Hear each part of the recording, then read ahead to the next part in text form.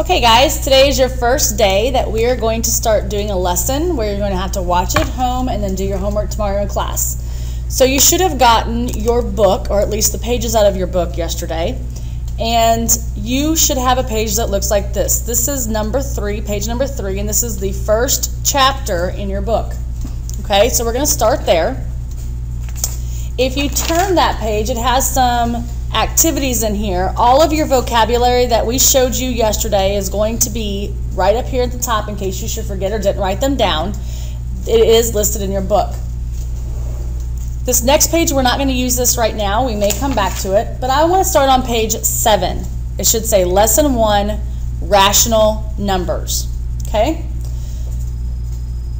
In this section, you're going to learn why is it helpful to write numbers in a different way. Why is it important that I can go between decimal and fraction and percent? That is what we're going to be working on. And your vocabulary for this particular section are listed under the vocabulary on the right hand of your page. So, first of all, we're going to define what a rational number is. And if I think of a rational number, it says a number that can be expressed as a fraction. Which means if I have a number, and I'm just going to throw some numbers up here, I'm going to write them in pencil because I'm going to erase them. Let's say I have this number. Can that be written as a fraction? Well, the answer is yes. If I have a separate, like say I have this number, yes, that can be written as a fraction also. If it ends, it has an end, then it is a rational number. It does not repeat itself and it ends. So let's do one that repeats. This would also be a rational number because it has a pattern. It has 6s as the repeating number. So this is a rational number. An example of a number that is not rational is a number that does not repeat and it does not have a set end. So a number like this. And if it went on forever in this pattern, well, I can see none of those numbers repeat themselves, and I don't know where it ends because it continues on infinitely, meaning it does not have an end that I can see. So this would not be a rational number. Out of that list, this is the one that is not rational. Okay? So based on that information, we're going to write a definition for what a rational number is. A rational number is a number, and I'm going to abbreviate some things, like I'm not going to write out number. It's a number that can be written as a ratio or fraction.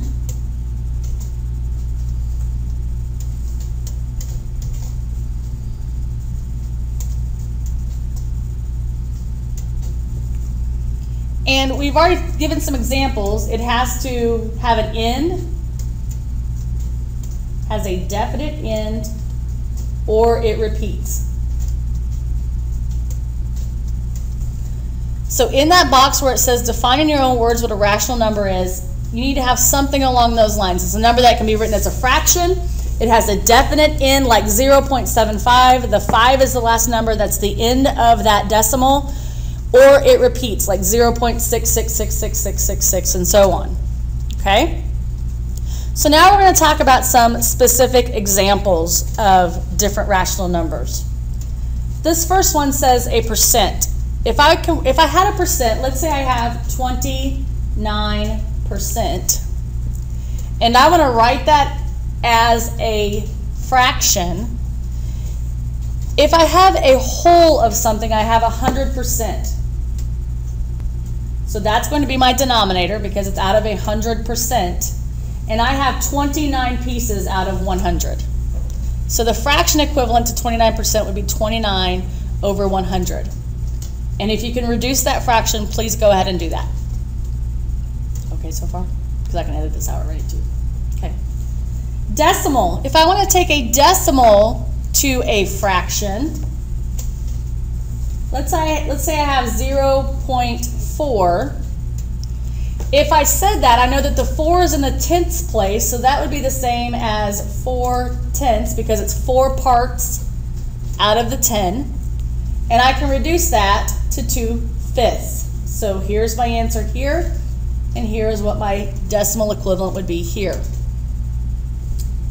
As a fraction, If I have the fraction 1/2, if you take 1 divided by 2 on your calculator, or if you do the long division, you'll find out that 1 divided by 2 is 0.5. So the decimal equivalent would be 0.50, 0.5. Either way is correct. It's half. It's 1/2. And half of 100 or half of a whole is 50. And finally, mixed numbers.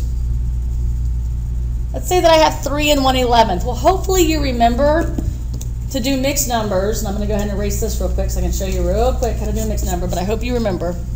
If I have 3 and 1/11, you may have learned this as the butterfly technique, but this is where you take the big number times the denominator. So I have 3 times 11, which is 33.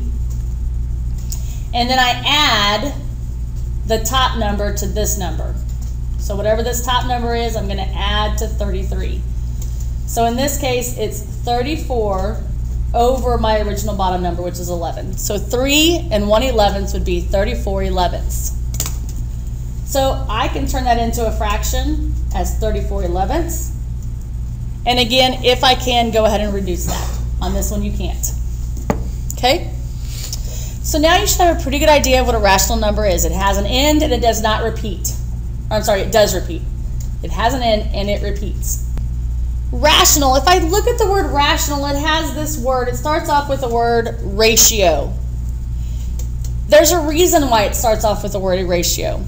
Because ratio means, ratios can be written as fractions. So rationals, again, can be written in fraction form.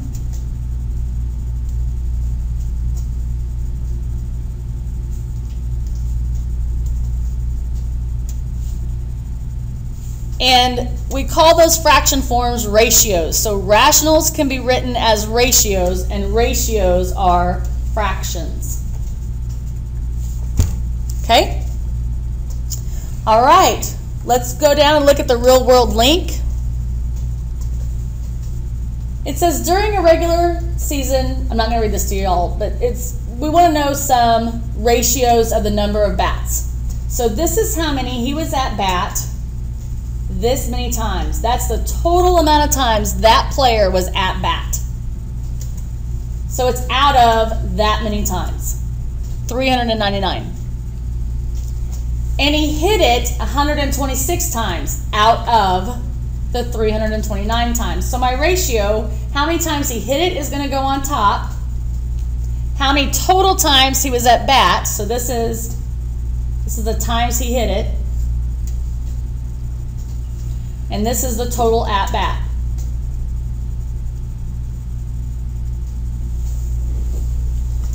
And so this ratio would be 126 out of 399. If you can reduce that, go ahead. It does reduce.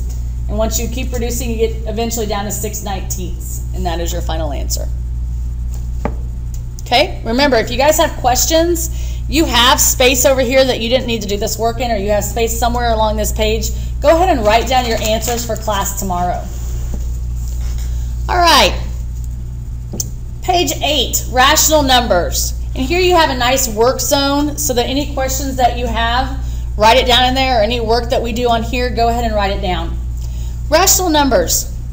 Well, we already know what a rational number is. It's a number that ends, or it's a number that repeats. It can be written as a ratio, which means it can be written as a fraction. So here's just a nice chart for us to use about what rational numbers are. The first part are natural numbers. Natural numbers are like how we count. When I count students in my classroom, I don't say I have 0, 1, 2, 3, 4, 5 students. We don't include the 0 when we're counting. So natural numbers are all the counting numbers minus 0. We don't use 0, and they're all positive. Whole numbers include the 0. That's the only difference between natural and whole numbers, is whole numbers includes the 0, natural does not. Then we get into integers. Integers includes the negatives and the positives and the 0. And finally, rational numbers is where we get into fractions, percents, decimals, things of that nature. Okay? So let's look at this part. The decimal form of, okay, repeating decimal is what I want to talk about. A repeating decimal is one like 0.666666666 that I wrote on the other page. If I have a repeating decimal, I only have to write, let's say it's 0.66666 and it goes on forever. To write that as a repeating decimal, I can simply write 0.6 with a repetend above the 6. It calls it bar notation, but since we're big boys and girls, we're going to go ahead and use the word repetend because that is what it's called whenever you have a repeating number. Okay? This is a rational number because it repeats. A terminating decimal then, this one right here, a terminating decimal means that it has a definite end. So 0.73. The end is at the 3. It doesn't go on past that. It has a definite end. It's a terminating decimal. If we look over at this side, 0.5 has a definite end. The 5 is the end. So yes, 1/2 is a rational number. 2/5 is 0.4. It has a definite end. So yes, 2/5 is a rational number. But if we look at this one, you could argue, but Mrs. Neely, the 3 repeats. It would have to be the entire decimal that repeats. So the 8 would also have to repeat to be rational. So therefore, this one is not a rational number because it does not repeat. It does not repeat the entire thing. It just repeats the 3s. So let's do an example. These are the examples in your book. I'm going to go ahead and do different examples so that we can start to learn how to do this. Let's do 4/9. If I look at 4/9, you take 4 divided by 9 on your calculator, or if you do the long division of it, you're going to end up with something that looks like this. And it's going to go off the screen of your calculator.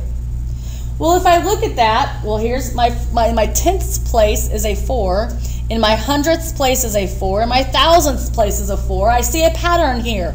The 4 is repeating. So therefore, I could write this as 0.4 with a repetend over the 4. And I know that means that that 4 is repeating indefinitely. So yes, that is a rational number. Okay? Let's do some examples down here. 3/4. Well, hopefully you know, hopefully this is one of those fractions to percents or fractions to decimals that you have ingrained in your memory. 3/4 is 0.75. 0.75 has a definite end, so yes, that is a rational number. Uh-oh, here's a negative. We haven't talked about any negatives yet, but are negatives included in my rational numbers? Well, yeah, they are right here in integers. There's a -8, there's a -3. There are negatives in my rational numbers also, so the negative really doesn't play into whether or not it's rational or not. So if we look at -2/9, again, on your calculator long division, you'll end up with a negative 0.22222 and so on. Does it repeat? Yes, I can rewrite that as a negative 0.2 with a fraction bar over the 2. A repetend, not a fraction bar. 4 and 13/25. Well, if I take 4 times 25, I get a 100. 100 plus 13 is 113 over 25. Can I write that as a fraction? Yes, I just did. So that is a rational number. And finally, let's do this one. I think we did this one on the first page. It's going to be a 34 over 11. So is that a rational number? Yes, it is. All right, let's look at page 9. And again, if you need to stop this and spend more time on these, you're more than welcome to do so. That's what's great about these videos, is that you can back them up, you can rewatch certain sections, you can pause them and go do whatever you need to do and then come back to them. So feel free to do that. This is about St. Louis Cardinals and about Albert Pujols. He was at bat for this many times. And if you remember, we did the total at-bat on the bottom of the fraction on the last page. Out of that, he had 175 hits. So if I did that on my calculator, if I took 175, it says round to the nearest thousandths. So because it says that, that means that they want it in decimal form. So I would take 175 divided by 530, and this is what you would end up with. Does that repeat? No. It does not repeat as far as I can tell in the calculator. So if I rounded that to the nearest thousandths place, that would be this one right here.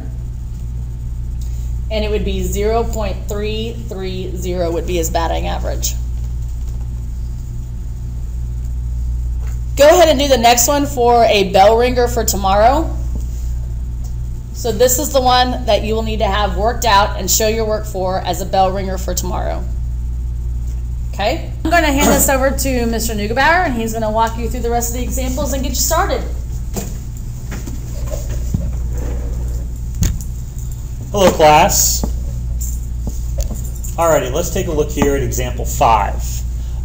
For example 5 here, it says write 0.5 or 0.5 repeating as a fraction in simplest form. Now, we have an immediate problem here. Our problem is that we want to create a fraction, but we're given a number that's a decimal. And we can't have decimals in fractions. It just doesn't work well. Some people kind of write it that way sometimes when they're doing math with their calculators, but it's not actually a proper way to do it. So what we want to do is we want to take this decimal and basically move it back to where we can kind of, in a way, get a whole number right there. So what we want to do is, it says assign a variable to the value 0.5 repeating. Let n equal that 0.5 repeating. Then perform operations on n to determine its fractional value. So we start here where n equals 0.555.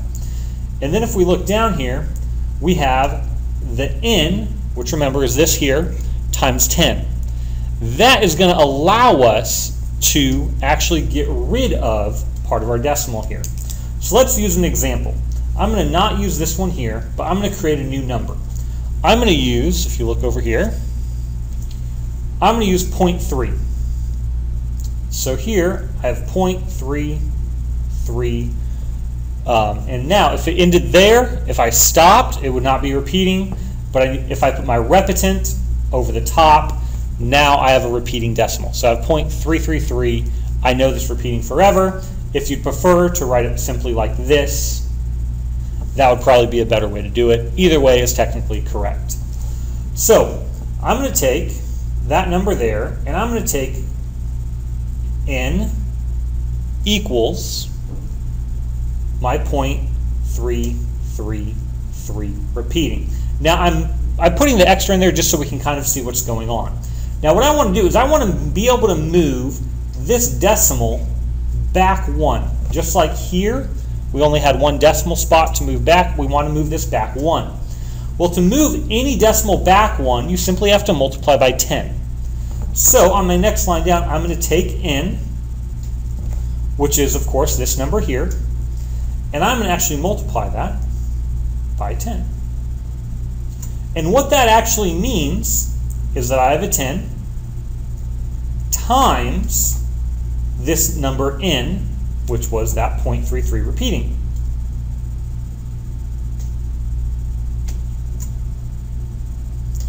Now my goal here, remember, let's not lose track of what we're doing. We're trying to get this number to become a fraction, but not have a decimal. So here's how we do this. We have basically 10 times n, which is 10n. So I have 10 n's, okay? Just like if it was 10a, we might call a apples, we'd have 10 apples. Now what I can do to kind of get rid of this repeating decimal is I can take one of these away. So here I have 10n, so I'm actually going to take away an n. Now just like if it was a's for apples, if I have 10 apples, I take away an apple, I only have 9 apples left. In the same case here, we have 10 n's, we take away an n, we now have 9 n's equals what over here? Well, if we take 9n, well, I no longer will have this 10, and actually what's happened here mathematically is I take the n away from this side as well, which remember is the 0.33 repeating part. Okay? So what I'm then left with is just my original 3. Because the subtraction of this 1n takes away the repeating part. When I multiplied by 10, remember that moves it over 1 by multiplying by 10. So I kind of basically add 3.33. I take away an n, all those repeating 3 3's right here all go away. So now I have 9n equals 3. Well, if I want to get n by itself, if you remember to last year when you did one-step equations, this means 9 times n. Well, how do you undo multiplying or get rid of multiplying? You divide. So I divide by 9, and what you do to one side, you must do to the other. So I divide by 9. So I have n equals 3 over 9. And I now have my fraction. Now, I'm not done. 3/9 has a number in common, which is 3. 3 goes into 3 and 3 goes into 9. So I always want to make sure my fractions are reduced or in simplest form. So right here, 3 goes into 3 once, 3 goes into 9 3 times. I have 1/3. Circle that. That would be your final correct answer. If you need to watch that again, feel free to do so. But if you're ready to go, just plug along. If not, I highly recommend rewinding, maybe watching that one more time, and I think you'll have it. Okay, if you want to turn the page and look here at example 6. Now here it says write 2.18 repeating as a mixed number in simplest form. Just like the last one, assign a variable to the value 2.18. Let n equal 2.181818 repeating. Then perform operations on n to determine its fractional value. So we're essentially doing the same thing except one little change. Here, our repeating part doesn't just cover one decimal value. It actually covers 2 decimal values because it's not just a 1 repeating. It's not 2.11111. It's not 2.88888. It's 1818181818 as you see here. So we can't just move the decimal like we did on the previous page. We can't just move it back. Let's see here. We can't just move it back 1 space to get rid of the repeating part like we would here. We actually have to move it back 2 spaces. So I'm going to write, let's try 3.15. There's some workspace over here I'm going to utilize. So 3.15 repeating. Now I need to move this back 2 spots to get to the back of the repeating part, to get basically to the end of the repetant. So 1 spot was times 10. 2 spots is times 10 again. So 10 times 10 is 100. If, for example, I had 3.158 all repeating, that's 3 spots behind the decimal all the way to the thousandth, and that would be a times 10 times 10 times 10, which would actually be 1,000. Luckily, we don't have to do that here. We just have 2 spots, so I'm going to be multiplying by 10 times 10, which is 100. So I'm going to start and show my work. I need to show what my n variable equals. That's 3.15 repeating. Okay. Now I want to multiply that by 100. So I'm going to take 100 n's, and that will then equal 100 of the 3.15s. Okay. Now, how many n's do I want to take away? Oh, let me put my repetant on there. How many of those do I want to take away? And of course, it's 1, 5, 1, 5 forever here, but we can just stop it there. I'm going to do the same thing. I will take away an n. Okay? Which leaves me then with 99 ends on my left side. Now, when we take away, essentially what we did here is this subtracting n. Think, what does n actually equal? It equals this part right here, okay? And we moved it over. So remember, taking away that n basically gets rid of all of our repeating decimal section right there, okay? So when I move this decimal over 2 spots up here, I actually have what number? 315, correct? So my 99n will equal 315. All right? Now, what do I need to do next? Well, our goal isn't just to get a whole number. We want a fraction. We want n by itself. So my final step is simply to divide.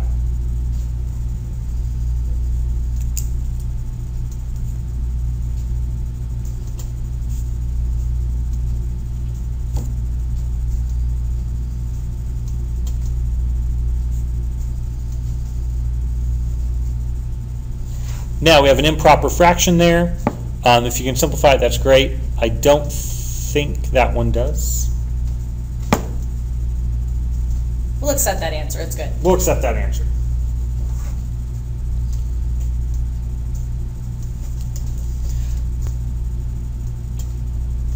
Okay, guys, if you have any questions, just let us know. Make sure you write your questions down and bring them to class tomorrow. And we will see you then. Have a great night. Bye. Hey guys, okay, so there was a problem with that last example, and Mr. Neugebauer and I didn't see it until just now, but maybe you can find the problem. Go back and look at your examples, see what the mistake was, and I bet you're probably going to see that on a quiz coming up. See ya.